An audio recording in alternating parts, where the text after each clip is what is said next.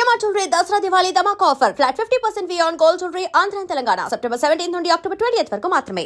నిజంగా ఎంత sad news అంటే ఈ పాప కేవలం 17 or 18 ఇయర్స్ మ్యాక్సిమం అంతే. ఆమెకు చెల్లి ఉంది, ఫాదర్ లేడు, తర్వాత మదర్ ఒకటి, అంటే సింగిల్ పేరెంటింగ్. మొన్న రీసెంట్లీయే వాళ్ళ నాన్న చనిపోయిండు. అది మరి యాక్సిడెంటల్లీ చనిపోయిందా, సూసైడ్ చేసుకున్నాడా అని అంటే సూసైడ్ చేసుకున్నాడు. బికాస్ వీళ్ళు వాళ్ళ అవసరాల కోసమని ఒక లోన్ తీసుకున్నారు. పెద్దనాన్న ప్లస్ వీళ్ళ నాన్న కలిసి లోన్ తీసుకున్నారు. బిజినెస్ పర్పస్ కావచ్చు, లేదంటే ఇంకేదన్నా దానికోసము ఇద్దరు కంబైన్డ్గా లోన్ తీసుకున్నారు. ఆల్ ఆఫ్ సడన్ వాళ్ళ నాన్న చనిపోయిండు. చనిపోయేసరికి వాళ్ళ పెద్దనాన్న పేరు వచ్చేసి శ్రీను. సో అతనిగా రోజు వచ్చి వీళ్ళ ఇంటికి వచ్చి హెరాస్ చేయడం స్టార్ట్ చేసిండు. మీ నాన్న చనిపోయిండు, సేఫ్ అయిపోయిండు, ఇప్పుడు ఆ లోన్ అంతా కూడా నేను కట్టాల్సి వస్తుంది, నేను ఎక్కడికి వెళ్ళి దేవాల డబ్బులు, ఇదేంటి అసలు, చచ్చిపోయి మళ్ళీ నా ప్రాణమే తీస్తున్నాడు మీ నాన్న అనేది ఆయన వర్షన్. ఏది వీళ్ళ పెద్దనాన్న. జనరల్లీ అయితే బాబాయ్ అయినా పెద్దనాన్న అయినా ఎవరైనా సరే ఫాదర్ లేడనుకోండి, ఫాదర్ చనిపోయిన తర్వాత వాళ్ళు వాళ్ళ ఫాదర్ ప్లేస్ని తీసుకుంటారు. జనరల్లీ అయితే ఇద్దరు ఆడపిల్లలు, పెళ్ళిళ్ళు చేయాలా, రెస్పాన్సిబిలిటీస్ చాలా ఉంటాయి, వాళ్ళకేం పెద్దగా బ్యాక్గ్రౌండ్ ఏం లేనట్టున్నది. సో ఏంటంటే ఈ ఆడపిల్లలకి వాళ్ళ మమ్మీయే అదో ఇదో కొంచెం పని చేసుకుంటూ ఇప్పుడు వాళ్ళ కాలేజ్ ఫీజు కానీ వాళ్ళ అవసరాలకు కానీ ఇట్లా పండగలు వస్తే కానీ ఇక ఎన్ని ఉంటాయో ఫ్యామిలీని రన్ చేయాలంటే మామూలు విషయం కాదు, మనందరికీ తెలిసిందే. అది దట్టు హైదరాబాద్ కోంపల్లిలో ఉంటారు వీళ్ళు. ఇక అసలు తట్టుకోలేకపోయింది. వాళ్ళ ఫాదర్ చనిపోయినప్పటి నుంచి కూడా ఇప్పుడు వాళ్ళ పెద్దనాన్న ఎవరైతే ఉన్నారో వాళ్ళ పెద్దనాన్న వచ్చి రోజు హెరాస్ చేయాలి వీళ్ళ ఇంటికి వచ్చి. మీ నాన్న అప్పు తీసుకుపోయి నానెత్తిన వేసిపోయిండు, నేను ఎక్కడికి వెళ్ళి కట్టాలి, నేను ఎక్కడికి కట్టాలి అని. దాని తర్వాత ఈ డెత్ సర్టిఫికేట్, వాళ్ళ నాన్న డెత్ సర్టిఫికేట్ అడుగుతున్నాడంట. డెత్ సర్టిఫికేట్ ఎందుకు అడుగుతున్నాడంటే ఆ డెత్ సర్టిఫికేట్ ఒకవేళ ఇచ్చిండ్రు అనుకో ఆ లోన్ ప్రాసెస్లో భాగంగా ఈ డెత్ సర్టిఫికేట్ ఎవరికైతే సబ్మిట్ చేస్తారో ఇది కంబైన్డ్ లోన్ కదా, సో అది పూర్తిగా మాఫీ అయిపోతుంది. కాబట్టి మీరు నాకు ఆ డెత్ సర్టిఫికేట్ ఇవ్వండి, నేను ఆ లోన్ కట్టలేను అనేది వీళ్ళ పెద్దనాన్న వర్షన్. సో రోజు వచ్చి హెరాస్మెంట్ చేయడం స్టార్ట్ చేసిండు. నానా మాటలు అనడం, వాళ్ళు ఉన్నది అపార్ట్మెంట్లా, పక్కనోళ్ళు ఎదురింటోళ్ళు గట్టి గట్టిగా వాళ్ళ పెద్దనాన్న వచ్చి వీళ్ళ మీద అరిచిపోతుంటే చాలా వింతగా, చాలా ఇన్సల్ట్గా ఫీల్ అవుతున్నారు ఈ ఆడపిల్లలు కానీ ఆ ఫ్యామిలీ కానీ. పాపం ఆ చుట్టుపక్కల వాళ్ళకు కూడా అడిగినప్పుడు అసలు వీళ్ళ ఫ్యామిలీ ఉందా లేదా అన్నట్టుగా ఉంటుంది. అమ్మాయిలు చాలా అమాయకంగా వాళ్ళ పనులు వాళ్ళు చేసుకొని పోతారు అంతే, బయట కూడా ఎక్కువ కనబడరు, తిరగరు, చెయ్యరు అనేది కూడా చుట్టుపక్కల వాళ్ళు చెప్తున్నారు. సో చాలా డీసెంట్గా పెరిగినటువంటి ఫ్యామిలీ ఆల్ ఆఫ్ సడన్ వాళ్ళ ఫాదర్ చనిపోయేసరికి ఆ ఇబ్బందులన్నీ ఈ ఫ్యామిలీ మీద పడ్డది. ఈమె తట్టుకోలేకపోయింది. ఈమె పేరు వచ్చేసి పింకీ. 17 or 18 ఇయర్స్, అంటే ఇంటర్ సెకండ్ ఇయర్ ఏదో చదువుతుంది అంతే. ఆమె తట్టుకోలేక ఉరి వేసుకొని చనిపోయింది. యాక్చువల్లీ ఈ పింకీ అనే ఆమె ఇప్పుడు మీరు చూస్తున్న పిక్లో ఉన్నటువంటి ఈ పాప ఉరేసుకొని చనిపోయింది. ఇవన్నీ చూడలేక ఆ ఇన్సల్ట్ తట్టుకోలేక చనిపోతూ ఒక లెటర్ రాసింది. నా చావుకి ఎవరు కారణం, మా పెదనాన్నే కారణం అంటూ ఆయన మీద ఎలిగేషన్ చేయడమే కాకుండా సూసైడ్ నోట్, సూసైడ్ లెటర్ ఉంటుంది కదా, అది రాసి పెట్టి చనిపోయింది. పాపం అత్యంత బాధాకరం. ఆల్రెడీ ఫాదర్ చనిపోయిండు రీసెంట్లీ, దాని తర్వాత ఇప్పుడు కూతురు కూడా చనిపోతే ఒకసారి ఊహించుకోండి ఆ తల్లి పరిస్థితి ఏంది, ఆ చెల్లి పరిస్థితి ఏంది. నలుగురు ఉండాల్సిన చోట కేవలం ఇద్దరే అయినరు. ఇప్పుడు అంత పాపం ఎంత బాధ అయినా ఏవైనా తల్లి పాపం ఏదో కొంత పని చేసుకుంటూ వాళ్ళకి ఎక్కడ కూడా లోటు రాకుండా కాలేజ్ ఫీజు కడుతూ పని చేస్తూ తర్వాత వాళ్ళ అవసరాలు తీరుస్తూ చాలా కష్టపడి పనిచేస్తుంది. ఆమె నోటీస్ చేసింది. కానీ ఈమె చెప్తున్నట్టుగా ఈ పెద్దనాన్న ఎవరైతే ఉన్నారో ఆయన వచ్చి ఊరికే రావడం, వీక్లీ 1 or 2 రావడం, వచ్చి అరిచి వెళ్ళడం, చుట్టుపక్కల వాళ్ళు వింతగా చూడడం. ఏమైందమ్మా మనకు తెలుసు కదా, పక్కింటోళ్ళు ఎదురింటోళ్ళకు ఇట్లాంటి మ్యాటర్స్ చాలా ఇంట్రెస్ట్ ఉంటాయి. వాళ్ళు ఇక గుచ్చి గుచ్చి అడగడం, అయ్యో అట్లయిందా ఇట్లయిందా అని పాపం అనడం పక్కన పెడితే అసలు మొత్తం పైనుంచి కింది ఫ్లోర్ వరకు మొత్తం ఈ ముచ్చటంతా స్ప్రెడ్ చేసి దాన్నే తిప్పుతూ ఉంటారు. ఆమె తట్టుకోలేకపోయింది. క్లియర్ కట్గా ఆమె రాసిన లెటర్ మీరు ఒక్కసారి వినండి, అది నేను చదివి వినిపిస్తా, మీరే చెప్పండి ఆమె రాసిన దాంట్లో ఏమైనా తప్పు ఉందా, మీరే చెప్పండి. మమ్మీ నన్ను క్షమించు, వాళ్ళ మమ్మీకి రాసింది, మమ్మీ నన్ను క్షమించు, ఇలాంటి పని చేస్తున్నందుకు నాకు ఇంకా బతకాలని లేదు. ఎందుకంటే నీకు కూడా తెలుసు ఆ శ్రీనుగాడు, వాళ్ళ పెద్దనాన్న పేరు శ్రీను, అందుకని ఆమె ఇక ఫ్రస్ట్రేషన్లో శ్రీనుగాడు మనల్ని మనశ్శాంతిగా ఉండనివ్వడు.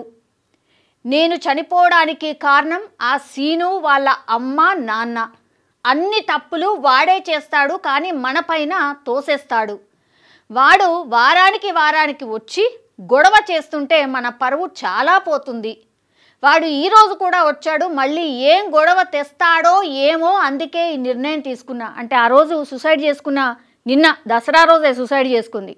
మళ్ళీ వచ్చిండట, చూడగానే మళ్ళీ ఏదో గొడవ చేస్తాడు అని అనుకుంది, కాబట్టి సూసైడ్ చేసుకుంది. వాడు కొన్ని రోజుల కిందట చాలా పెద్ద గొడవ చేశాడు. అందరూ మనల్ని చాలా వింతగా చూస్తున్నారు. నాకు అది ఇంకా ఇన్సల్ట్గా ఫీల్ అవుతున్నా. మళ్ళీ నిన్న కాక మొన్న మళ్ళీ గొడవ చేశాడు, అందుకే ఈ నిర్ణయానికి వచ్చా. ఇది అంత జరగడానికి కారణం 5 స్టార్ ఫైనాన్స్. వీళ్ళు తీసుకుంది 5 స్టార్ ఫైనాన్స్లో వీళ్ళు తీసుకున్నారు. ఎంత అమౌంట్ ఏంటి అనేది కూడా పూర్తి స్థాయిలో ఆ లెక్కలన్నీ కూడా పోలీసులు తీస్తూ ఉన్నారు. ఈ ఫైనాన్స్ వల్ల మా డాడీ చనిపోయాడు, ఇప్పుడు నేను కూడా చనిపోతున్నా. ఈ ఫైనాన్స్ వాళ్ళ మనల్ని చాలా ఇబ్బందులకు దారి తీస్తున్నారు. మా డాడీ ఉన్నప్పుడు ఈ ఫైనాన్స్ విషయం మాకు చెప్పలేదు. మా డాడీ మరణించిన తర్వాత మా మమ్మీని కట్టమంటున్నారు. ఈ ఫైనాన్స్ అగైన్, ఈ ఫైనాన్స్కి సంబంధించిన వాళ్ళు ఎట్లుంటారంటే వడ్డీ, చక్రవడ్డీ ఇట్లుంటుంది. సపోజ్ మనం 10,000 తీసుకున్నాం అనుకోండి, దానికి ఇంట్రెస్ట్ అసలు ఎంత ఉంటుందో, ఇక 5 రూపాయలు ఉండొచ్చు, 10 రూపాయలు ఉండొచ్చు, వాడి ఇష్టం. ఇక ఒకవేళ 10,000 తీసుకుంటే దాని మీద 10 రూపాయల వడ్డీ ఇన్ని రోజులలో మీరు కట్టియాలి. 6 నెలల్లో ఎంతకో తీసుకున్నారనుకోండి, తర్వాత మీరు చెల్లించలేదనుకోండి, దానికి చక్రవడ్డీ, ఆ వడ్డీ, ఈ వడ్డీ, వాడి ఇష్టం. ఇక నోటికి వచ్చిందల్లా చెప్తాడు, వాళ్ళు ఇష్టం వచ్చినట్టు వేసుకుంటూ పోతారు. ఆ విషయాన్ని అసలు ఫ్యామిలీ ఎవరికి చెప్పలేదు. ఆల్ ఆఫ్ సడన్ చనిపోయింది. నేను ఇంతకుముందు చెప్పినట్టుగా చనిపోయేసరికి ఏమైంది, ఆ ఫైనాన్స్ వాళ్ళు వచ్చి వాళ్ళ మమ్మీని కట్టమంటున్నారు. అదొక ఇబ్బందా? ఇప్పుడు ఆయన పాపం చనిపోయిన ఆయన కూడా ఇబ్బంది పెట్టినట్టే కదా, ఒక ఫ్యామిలీని ఇబ్బంది పెట్టినట్టే కదా. చెప్పాలి కదా ఫ్యామిలీకి, నేను ఇందుకోసం తీసుకుంటున్నా, ఇందుకోసం వాడుతున్నా, ఇలా ఉంది అని చెప్పాలి కదా. దాచావు, ఇప్పుడు ఆల్ ఆఫ్ సడన్ నువ్వు లేకుండా పోయినావు. ఇప్పుడు ఆ ఫ్యామిలీ చూడు ఎంత ఆగం అయిపోయింది. మీ ఫ్యామిలీయే కదా, ఎంత ఆగం చేసినావు నువ్వు అర్థం చేసుకో. సో ఆ తర్వాత ఏమైంది, మా డాడీ ఉన్నప్పుడు ఈ ఫైనాన్స్ విషయం నాకు చెప్పలేదు. మా డాడీ మరణించిన తర్వాత మా మమ్మీని కట్టమంటున్నారు అమౌంట్ని. ఈ రోజుల్లో ఒక మగవాడి సంపాదనే సరిపోవడం లేదు. ఇంకా మా మమ్మీ ఒక్కటే ఇంకా ఎన్ని చూసుకుంటుంది. మా కాలేజ్ ఫీ, ఇంటి సరుకులు, పండుగలకు బట్టలు, ఇవన్నీ మా మమ్మీయే చూసుకుంటుంది. కానీ ఆ సీను మా డాడీ వాళ్ళ అన్న, అమ్మ, నాన్న, మా డాడీ డెత్ సర్టిఫికేట్స్ అడుగుతున్నారు. ఈ సర్టిఫికేట్స్ ఇస్తేనే ఇంట్లో ఉండండి, లేకపోతే వెళ్ళిపోండి అంటున్నారట. డెత్ సర్టిఫికేట్ ఇవ్వండి. నేను ఇంతకుముందు చెప్పినట్టుగా లోన్ క్లియర్ చేయాలి అనుకోండి, సపోజ్ ఆ లోన్ క్లియర్ చేయని పక్షంలో ఎవరైనా అందులో నుంచి తీసుకున్న వాళ్ళు ఎవరైనా చనిపోయినారు అనుకో, ఆ సర్టిఫికేట్ సబ్మిట్ చేస్తే ఇక లోన్ కట్టాల్సిన అవసరం లేదు, ఇక అన్నీ మాఫీ అవుతాయి. అందుకని ఆ సర్టిఫికేట్ అడుగుతున్నాడు. అయితే ఈ పింకీ ఆవేదన ఏంటి అని అంటే, చాలా టైమ్స్ వాళ్ళ పెదనాన్న అంటుండేవాడట, మీ నాన్నని చంపేస్తే ఓ పని అయిపోతుంది, ఇక లోన్ కట్టాల్సిన అవసరం లేదు అని చాలా టైమ్స్ అన్నాడు అనేది పింకీ వాదన. యాక్చువల్లీ ఆ లెటర్లో కూడా అదే కోట్ చేసింది. ఆ సర్టిఫికేట్స్ ఇస్తే వాళ్ళు తీసుకున్న లోన్ మొత్తం రద్దవుతుంది, అంటే మా డాడీ చనిపోతే వాళ్ళ లోన్ మొత్తం అయిపోతుంది. మా డాడీని చంపింది వాళ్ళ అన్ననే. ఆ సీను ఈ మాట అనడం మేమందరం విన్నాం. నా తమ్ముడినే చంపినా మీరు ఎంత అంటున్నాడు అంటే, ఇప్పుడు ఆమె ఎలిగేషన్ ఏంటంటే మా డాడీని చంపింది మా పెదనాన్ననే. డైరెక్ట్ చాలా టైమ్స్ మా ముంగట్నే అన్నాడు. ఖచ్చితంగా మా డాడీని చంపింది అతనే. ఈ లోన్ మాఫీ అవుతుంది కాబట్టే మా డాడీని చంపిండు చాలా టైమ్స్ అన్నాడు కూడా. అసలు మీ డాడీనే నేను చంపినా, మీరెంత లెక్క అంటే మిమ్మల్ని కూడా చంపుతా అనే టైప్లో చాలా టైమ్స్ మాట్లాడిండు అనేది కూడా ఆమె సూసైడ్ నోట్లో రాసింది. సీను ఈ మాట అనడం మేమందరం కూడా విన్నాం. నా తమ్ముడినే చంపా, మీరెంత అన్నాడు. ఈ మాట అయితే ఖచ్చితంగా అన్నాడు. వాడికి శిక్ష ఖచ్చితంగా పడాలి. సారీ మమ్మీ, ఇట్లు నీ పింకీ. సో ఈ లెటర్ని ఆధారం చేసుకొని యాక్చువల్లీ ఆమె సూసైడ్ ఎందుకు చేసుకుంది ఏంటి అనేది కూడా వేరే కోణంలో యాక్చువల్లీ ఆలోచించడం స్టార్ట్ చేసారు. అంటే ఆడపిల్లలు కదా, కొంచెం టీనేజ్ కదా, వేరే వేరే దాంట్లో ఏమన్నా ఉందా అనేసి సర్చ్ చేయడం స్టార్ట్ చేశారు పోలీసులు. యాక్చువల్లీ ఆ యాంగిల్లోనే తీసుకున్నారు. కానీ ఈమె లెటర్ దొరికిన తర్వాత ఇప్పుడు సీను వాళ్ళ పెద్దనాన్న మీద కేసు నమోదైంది, కేసు ఫైల్ చేసింది వాళ్ళ మమ్మీని. తర్వాత ఇప్పుడు రిమాండ్కి తీసుకున్నారు సీనుని, వీళ్ళ పెద్దనాన్నని తీసుకొని ఈ యాంగిల్లో అడగడం స్టార్ట్ చేస్తున్నారు. ఇప్పుడు సూసైడ్ నోట్లో రాసినట్టుగా చనిపోయే ముందు ఎవరు అబద్ధమైతే రాయరు కదా అనేది ఉంటుంది కొంత. సో ఇప్పుడు ఈ లెటర్ దొరికిన తర్వాత కేసు అంతా కూడా మలుపు తిరిగింది అనుకోవచ్చు. సో కంప్లీట్గా వాళ్ళ పెద్దనాన్నను రిమాండ్కి తీసుకొని నిజంగా చంపావా, వాళ్ళ నాన్నని చంపావు అనేది ఈ లెటర్లో రాసింది కాబట్టి నిజంగానే చంపావా, వీళ్ళని బెదిరించావా, రోజు వచ్చి గొడవ చేసేవాడివా, ఎంత తీసుకున్నారు లోను, ఈ డబ్బుల కోసమే ఇదంతా జరిగిందా, నిజంగా నువ్వు మర్డర్ చేశావా, వాళ్ళ నాన్న ఎలా చనిపోయాడు, ఇదంతా కూడా ఇప్పుడు క్వశ్చనింగ్ స్టార్ట్ చేశారు వాళ్ళ పెద్దనాన్న మీద.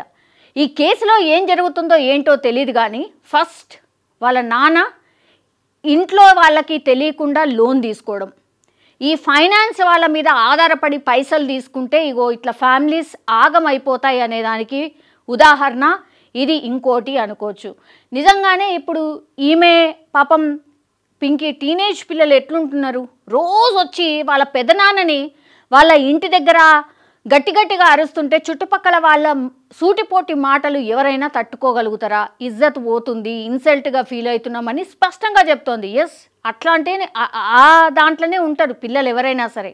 సో ఇవన్నీ వరుసగా మనకు అన్ని మిస్టేక్సే కనిపిస్తున్నాయి.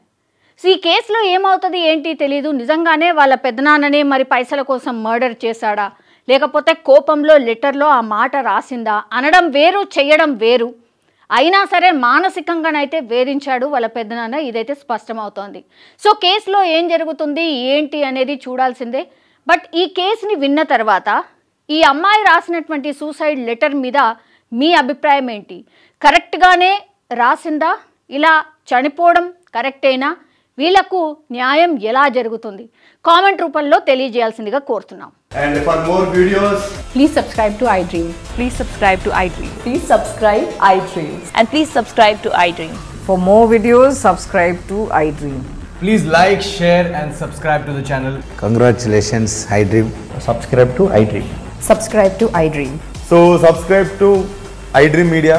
iDream ki iDream team andarki huge congratulations. Please subscribe iDream Media. Please subscribe to iDream. Subscribe iDream. Please subscribe to iDream. iDream అంటే నా కళల ఛానల్ను సబ్స్క్రైబ్ చేసుకున్న నోరు తిరుగుతలేదు, మీరైతే గంట గుర్తు కొట్టండి. For more such videos, please subscribe to iDream. Subscribe to iDream. Please subscribe to iDream. Please subscribe iDream Media. Please do subscribe to iDream. Please subscribe to iDream Media. For best entertainment and information, please subscribe iDream. And don't forget to subscribe to iDream.